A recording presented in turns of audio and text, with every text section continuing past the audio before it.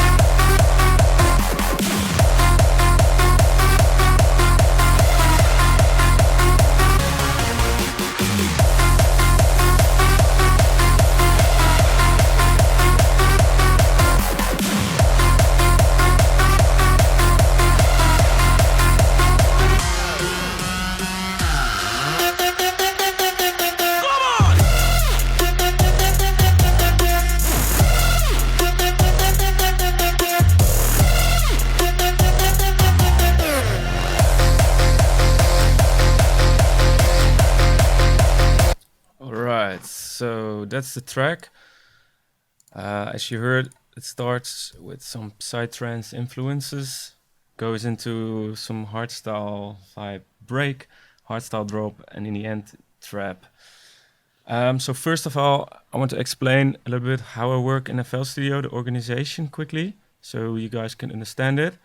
The playlist, I always put kick on top, bass line, then the synths, and I put everything that has an automation clip, I put it right under. So for example, the pitch bends of the leads are just right below the leads itself. This way, for me, I always know where everything is.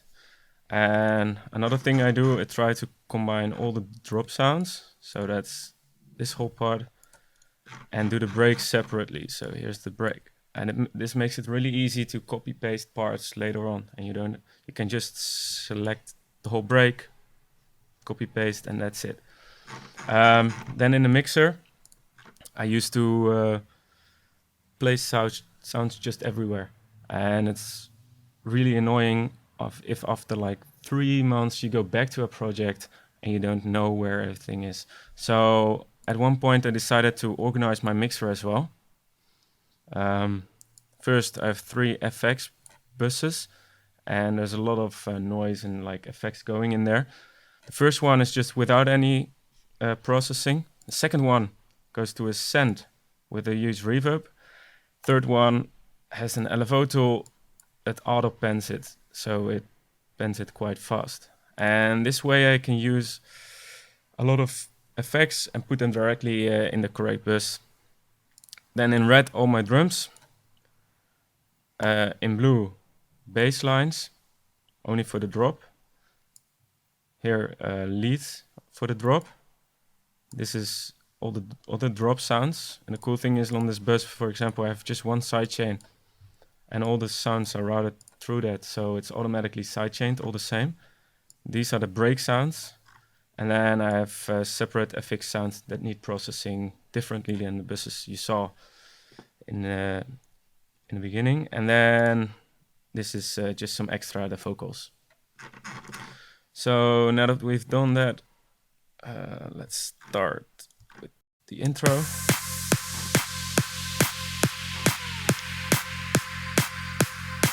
So the intro starts with a kick that's just got it really short. You see a small fade here. You put it by declicking mode on generic, and I just draw the kick to make it short. And this way you have the intro kick already. We have a bass line over here.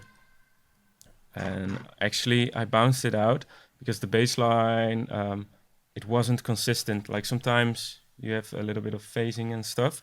So I bounced this whole part, looked for the perfect sub, and just copy pasted that all over and made one small bar out of it.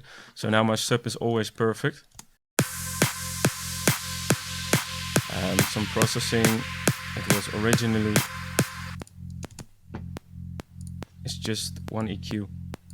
I use a FabFilter Pro Q2 a lot because of the workflow. For me, it's the fastest working EQ and it sounds really good as well. So over here you see I boost the root note frequency actually by 9.9 decibels, which is a lot. And I know a lot of guys say don't boost in the low end too much, can get phasing issues. Well, for me, if it works, it's fine, and I tend to do it a lot. Also, I cut out some of the high ends because there are more subs layered on top later on. The first one starts here. Let me open it. So this is a mid layer sub, and as you can see here, I cut out the low end so it doesn't interfere with the real sub. I use a Camel Crusher plugin I use a lot, mainly for its distortion and compressor. And it's just a really fast and easy tool, and I really like the sound of the distortion. Transient designer and stuff I'll explain later, because this is the Psy bassline.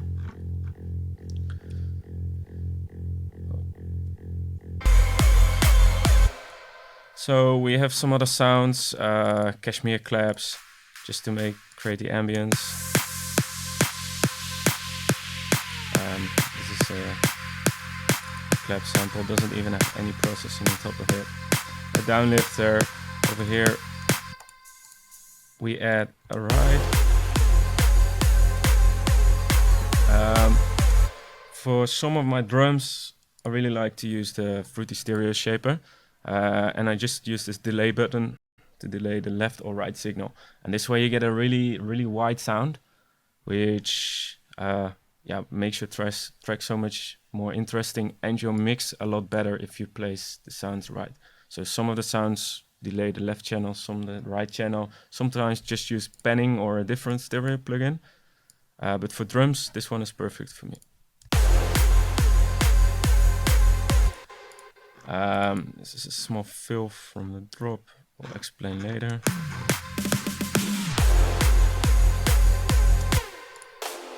This is Stab from Cashmere. I think it's, yeah. So as you can see, I cut out a lot of the low end because I didn't need it. And I used the stereo shaper as well to make it really wide step. And on top of that is a reverb. This is one of my favorite reverbs for big room sounds. It's by Arts Acoustic. And as you can see here, it's 5 seconds, pretty long. And I use the same reverb on a lot of a lot of buses, so it glues together really nice. If you use different reverb for every single sound, it's gonna start a bit weird, and now everything is in the same space. This is Sidechain. So also some rises starting, and that's basically the intro. Just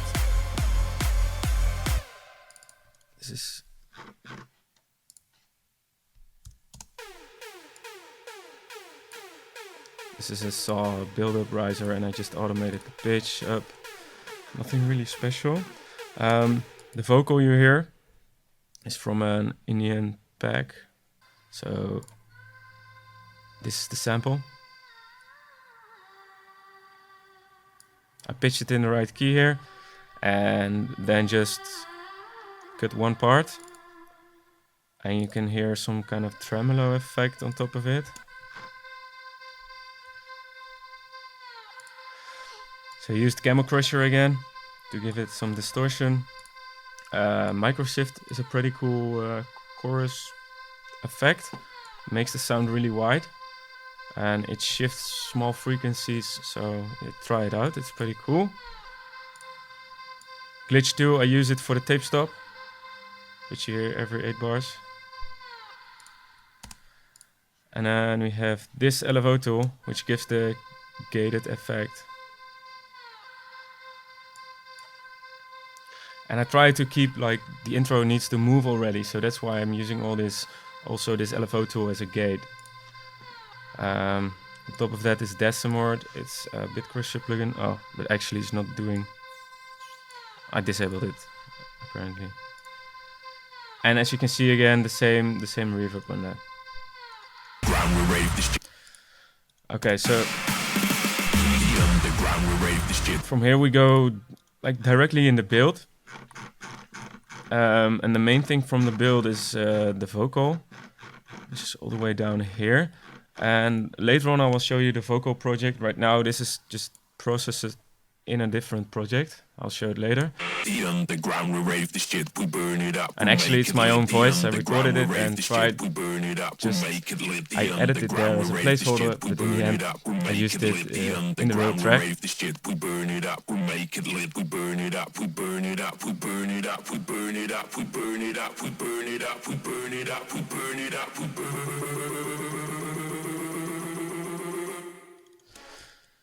So that's the main thing of the new of the first build up. And then I have this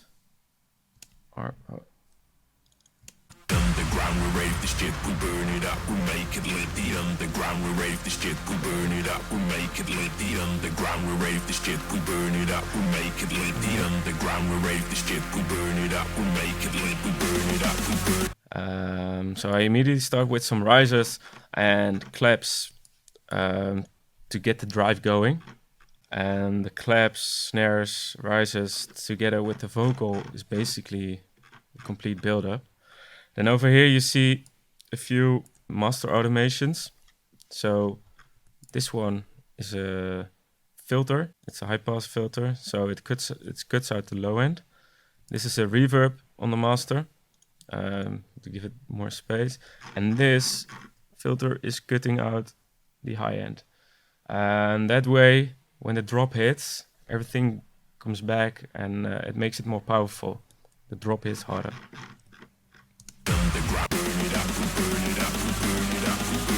And as you can hear, the track is in triplets. So in the intro, I didn't use any percussion because when you play the track live, it's difficult to mix a triplet track into a normal 4 to the floor track. And that's why I only start with the triplet elements right when the build-up starts. So when you're done playing the previous track, and this way you can easily mix it live. So that's why only over here the snares start in triplets.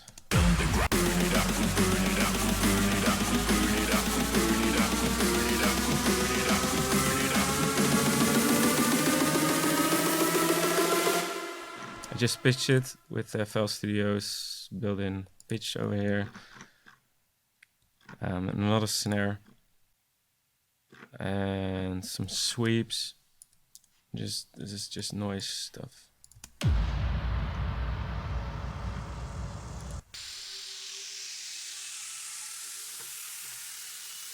And then there's a pretty special pre-drop. I was inspired by like big trance tracks that have these huge synths just before the drop. So over here it goes silent.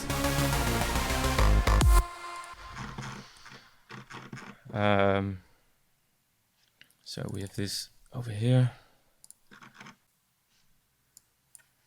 This is the main one.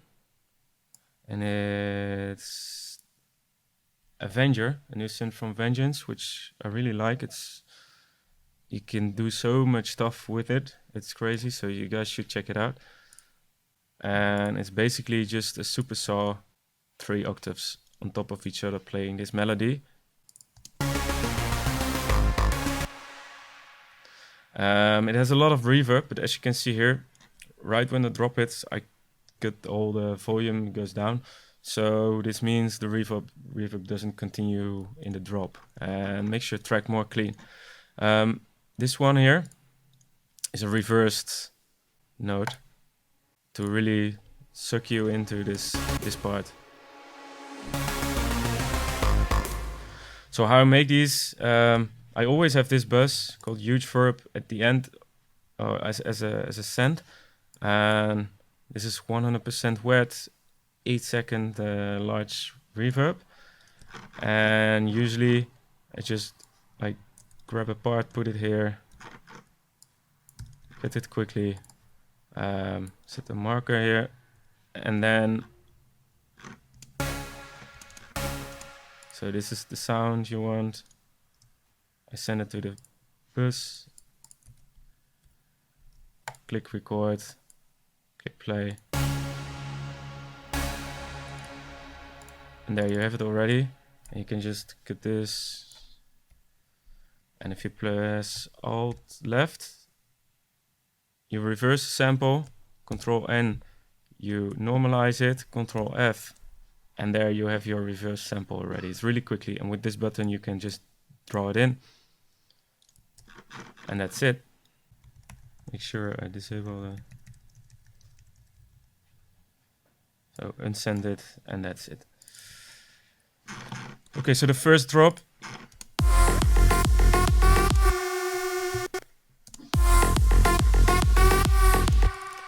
This is the kick.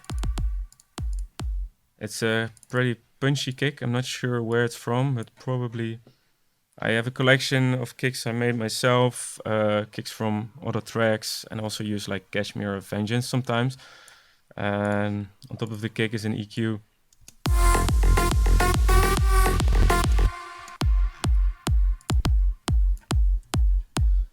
So over here I was like trying to get a bit more punch in the kick. This was an annoying peak and it needed some more click effect to cut through the mix, so that's why I boost the high end. And also here the Trans X multi-stereo from Waves. What it does, it gives transient on specific bands you select. So over here, these two higher bands from 500 Hz and up are boosting a little bit every time the kick hits, so you get a bit more click. If I disable it and I'll put it on, I'm not sure if you can hear it there. This is the EQ. So that's the kick. Then we have the real sub.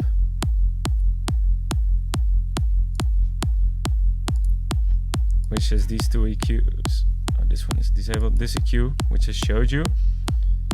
And the sidechain is of course really important for this one. At home I use a sub pack, and it's look it up. It's a tool you place in the back of your chair, and you can actually feel the bass, but also feel the sidechain. So if you sidechain too heavy, you feel a gap of silence. If you do not sidechain at all, you feel a lot of rumble and stuff going on in the low end that doesn't belong there. And with this tool, I can really easily get my sidechain curve perfectly right, so it glues together and feels as just one big kick.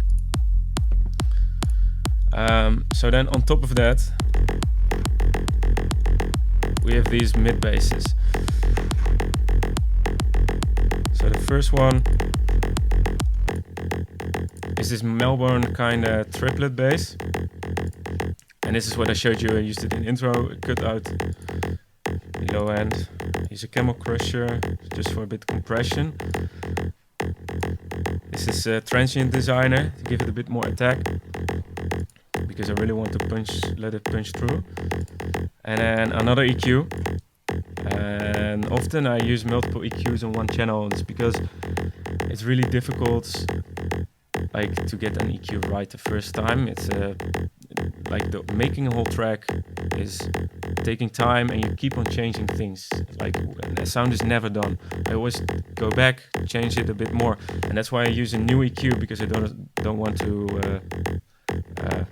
mess with the old one.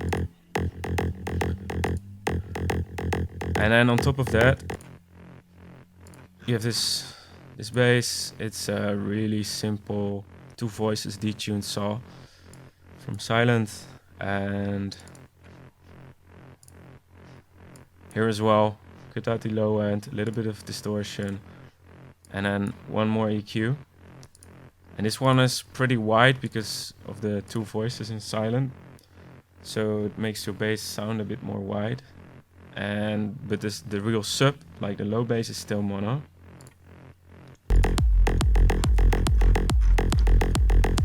So that's the sub for this part.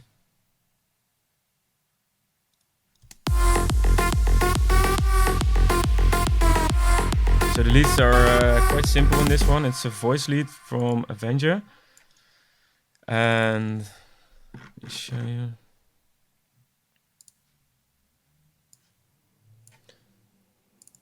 This is the voice without any effects. So what I'm using is Novelty Character. It's a saturation plugin, which sounds pretty good and is really easy to use.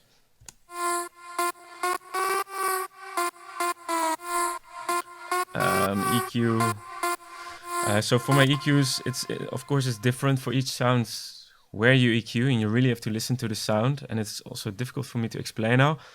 But usually, problem areas are between 200 400 hertz. For leads, it's like between 400 and 600, 700, 800 that I used to dip a bit, and usually 1 to 5K you can boost a little bit. Of course, here it's different. I think there were a little bit too much high frequencies here, so that's why I cut it out.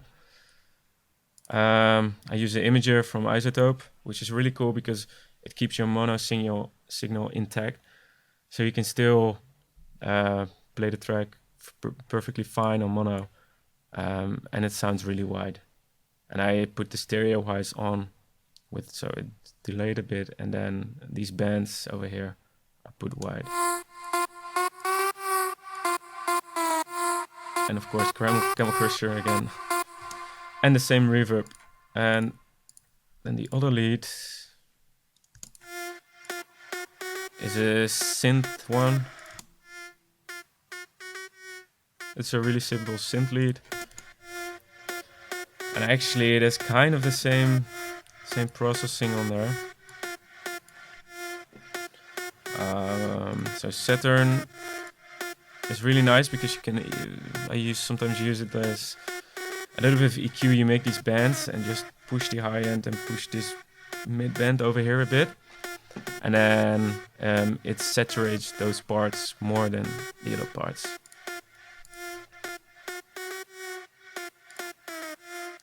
This is Devaster, which is a distortion plugin as well.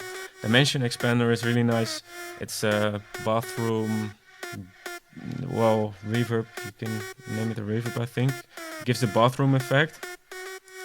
and it makes your sounds wider as well. So these two sounds are linked to this pitch bend, and it's a trick a lot of guys working in FL I think don't know, because both these pitches are going to the same pitch bend automation. So how you do it, like for the first sound, you just make it, you automate the pitch, and then the second sound, you right click, go link to controller, and over here you see internal controllers, and you see everything you have. So you select the automation clip you want to link it to, you uncheck remove conflicts, accept, and that's it. Now it's linked. Both these synths are linked to one automation clip, and it's especially handy or useful when you have like 6 synths that need to pitch at the same time. You can all link them to one automation clip, and it makes it so much easier. And also, in the end, it's much easier on your eyes. The project doesn't look that big. Okay, so the next, there's just some noise.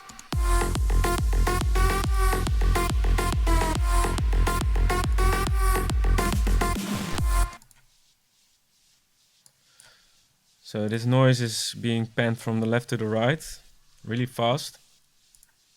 And this is just plain noise, a bit sidechained, and a bit more really high noise. And all together, it really gives that ambience. And because of the panning, the track sounds a bit wider as well.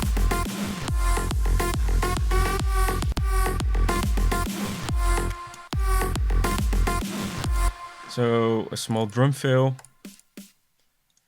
in triplets, of course. I'll put the grid, like now you see it's correct.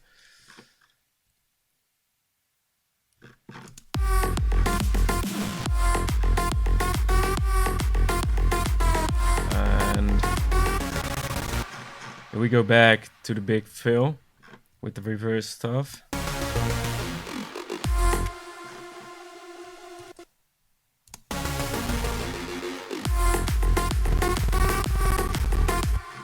And then the second part just adds a lot of percussion.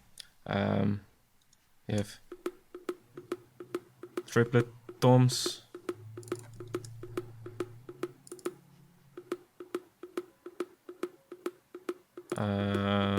This transient designer is cool because it's multiband, so you can set a split frequency, and over here you see like the low end is just boosted by 39%, the high end by almost 70%. It's good if you don't want to boost the low end too much, just a click, for example. Then the right claps. This is a small clap.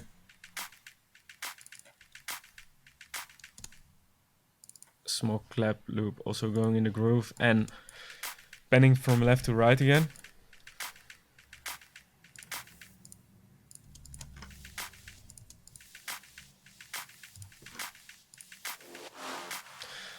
Over here also the steps with a reversed step, like I showed you before. They glide you into the step and it feels way more natural that way.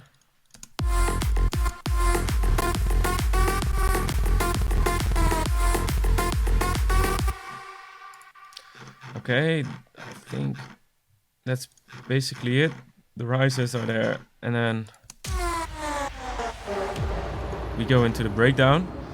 So if you guys noticed, there's a tempo change in the track. The first part is 140 BPM, and over here it switches immediately to 150 BPM to prepare for the hardstyle drop, the second drop.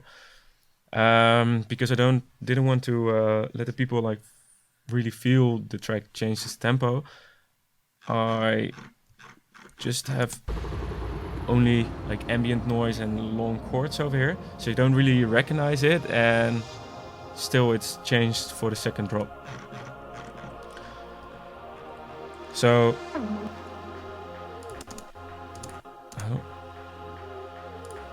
also it switches from triplets to normal here.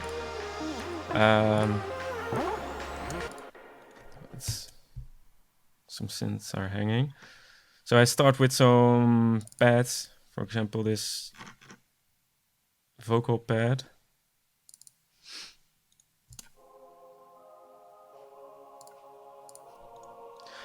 Basically, I first write a bass line and then start to make chords out of it. And this one also has a small melody on top to keep the whole thing moving. And the synth I used is Omnisphere, I think. It's loading. Yeah. Omnisphere is a really cool organic sound, so here in human voices I used a choir. I don't know how to pronounce it in English. On top of that, another one with just the chords.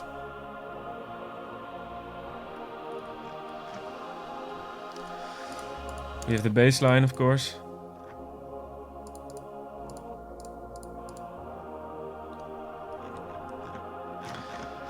And then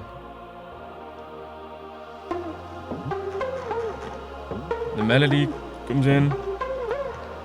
I use the main leads but filtered, as you can see here.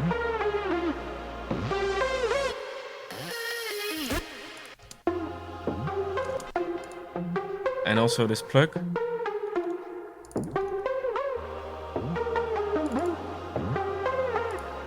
Nothing really special happening here.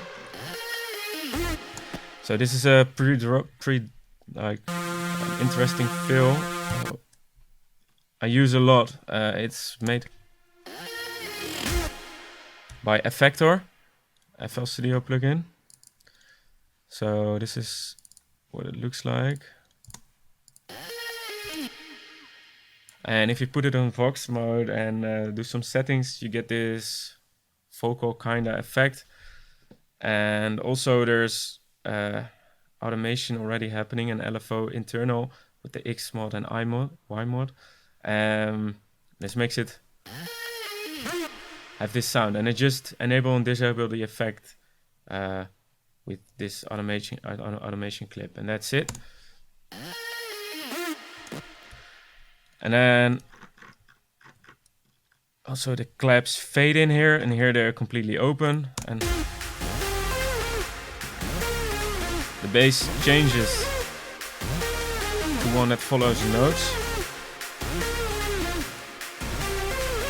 It's bass from Nexus.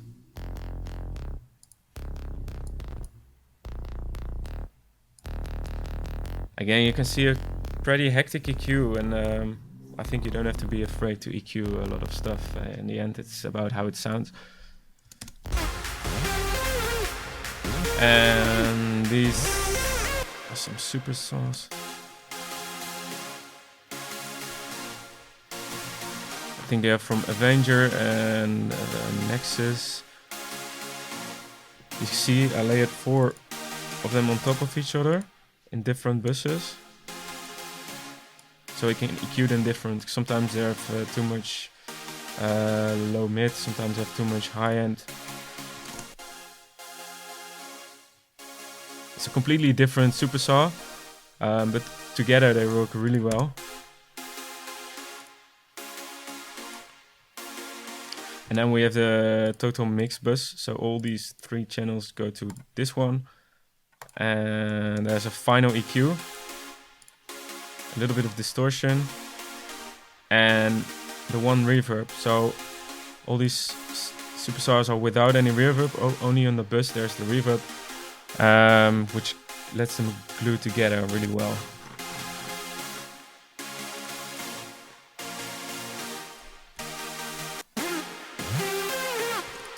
And here, because it's a hardstyle valve, I used a lot of pitch bend on the lead.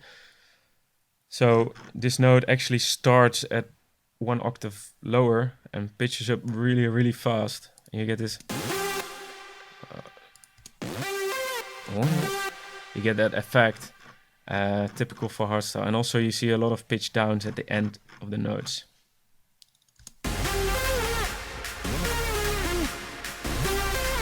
So from there we go into the second build, you see a lot of rises and effects. And the main part is the vocal again. I'll show it in the other project soon. So the build-up is really hectic for my CPU because everything is pitching, including the superstars over here.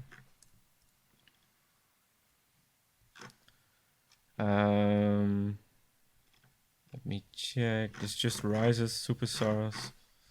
The pre-dub already comes in. And as you notice, everything is changed to just a normal beat instead of triplet.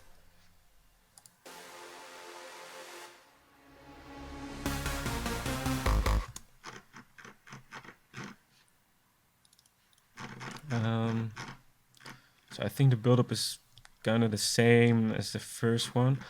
So a trick I use is layer some, just the kick drum, but really short and a bit softer than usual in your build-up, like below your snare. Gives it a lot more punch, and on festivals it really works because you still have a little bit of low end in your build-up. And also I introduced the hardstyle part a little bit already, so you get this drive for the second part. It's actually not that loud in volume, but it really works. And here's the leads. Slowly mixing in and fading out with the reverb. So I think it's time for the second drop.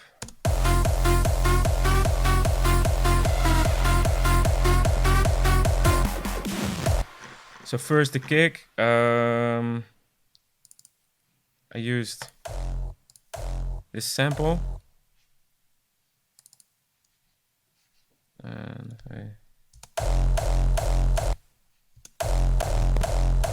as you can see here, I boosted a lot of the frequencies in the kick to give it more low end and a bit more of the hardstyle drive.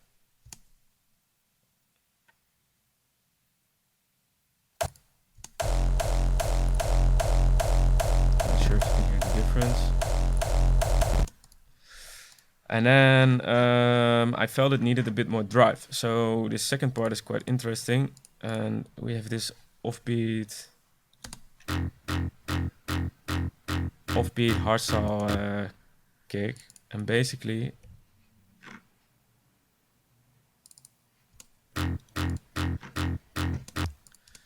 it's just really heavy sidechain, so you only get this last part. And check what I used. Cut out some of the low end because that's already in the normal kick. So you can see it only has the mid bass, like 1 octave higher than the root note. And together, this really worked well. To get the drive for the track right. So then we have the same leads because the tempo changed, the whole like drop changed, but the leads I tried to keep them the same. Only a slightly different melody, but the pitch bend does exactly the same. So it still feels like the same track.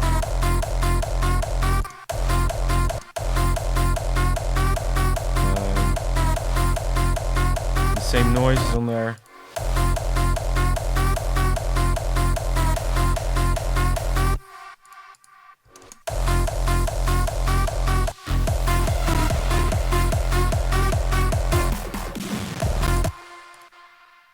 Here we have a small screech sound.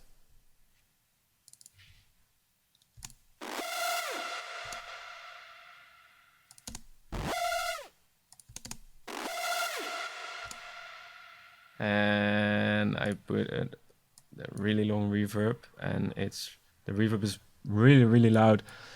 So it continues in the track, and of course there's sidechain.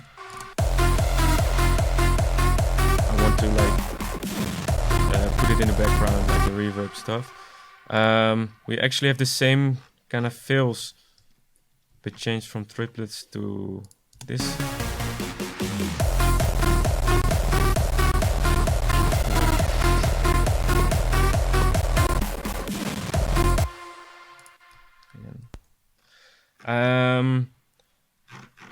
Let me think.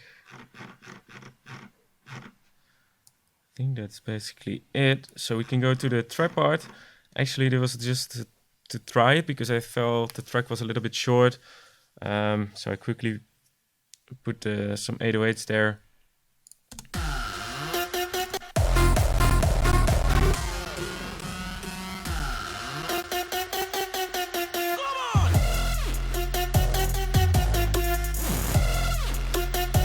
So again, kind of the same leads, same pitch, but just again a difference in notes to make it the trap kind of vibe. The 808 trap beat is over here. And if we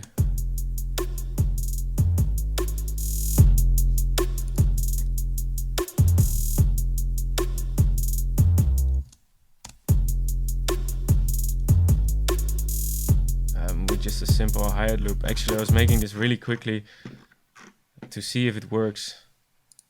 And it did. One thing that's funny, I put the hardstyle kick on top.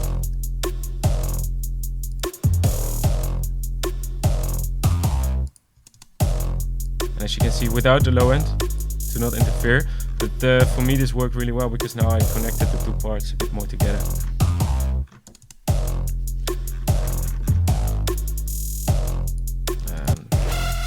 This is same screech.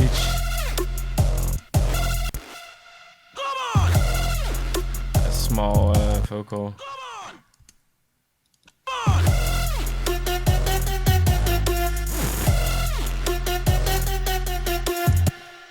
So yeah, I think that's the trap part as well. So this fill is from Avenger, but if I disable the effects, you can hear the original. It's basically a saw. And as you can see here, I used Effector again with the vocal effect, which makes it this talking effect you get.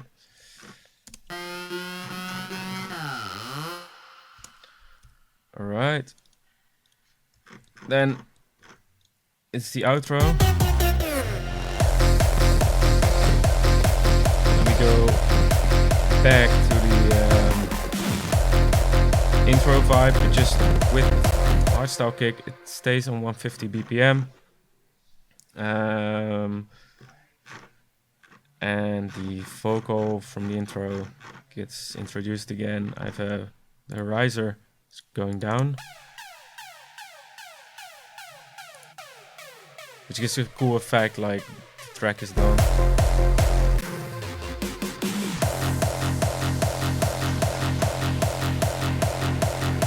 Okay, so that's basically this track. I thought of one funny cool thing in FL that a lot of people don't use. For example, when I'm looking for claps, so let me show you this. Like here you have a lot of clap samples.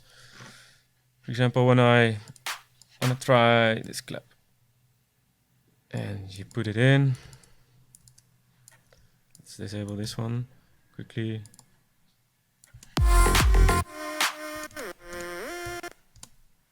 So now that this is playing, and usually you would play it with the track. Now a cool function is, if you go to your browser and click middle mouse button, so you click on the scroll wheel, you replace all these claps. So now they replace all at the same time. And especially for drums, it's so useful because I just put one clap there and start switching up, and you instantly hear which one works with your track. Because obviously you can play the track. So when I do it with this one,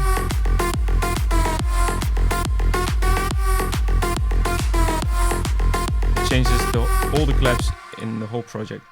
Really useful function. Okay, so let's open the vocal project. Okay, so here we have the vocal project. As I told you, it's my own voice. I recorded it in my home studio. And let me... Underground, we rave the shit. Whoa. Underground, we rave the shit. Okay, let me play it without effects. Underground, we rave the shit. We burn it up, make it lit. The underground, we rave the shit. And this is actually pitched down by 2. So now the underground, we rave the shit. We have my own voice sounding really shitty. We rave the shit. We burn it underground. So what I did, I pitched it down by 2 to get a deeper voice. And then I will enable the effects one by one. So first, autotune. Underground, we rave the shit. We burn it up, we make it lit. The underground, we rave the shit. We burn it up, we make it. I tried to do a lot with manipulator, but in the end, it's actually disabled. I just used the pitch function. So this is a vocal compressor. Underground, we rave the shit. We burn it up, we make it lit. The underground, we rave the shit. We burn it up, we make it lit. The underground, we rave the shit. We burn it up, we make it lit. The underground, we rave the shit. We burn it up, we make it lit. We burn it up, we burn it up, we burn it. So you have a de-esser, compressor, saturation, underground, we rave the shit. We burn it up, we make it lit. The underground, we rave the shit. And a limiter. And even more, and it's also they have pretty good presets in here that you can use as a starting point and then edit your stuff. Make it lit. The underground, we rave the shit. We burn it up, we make it lit. I EQ'd it myself again. Like the low end was really shitty, so I cut it all out and boosted a lot of the high frequencies. Now, Camel Crusher for the distortion. Underground, we rave the shit. We burn it up. We make now it it gets really distorted, but like in the track it worked really well. So the compressor is on fat mode, which gives it this fat vibe, and Tube and Mac are both on.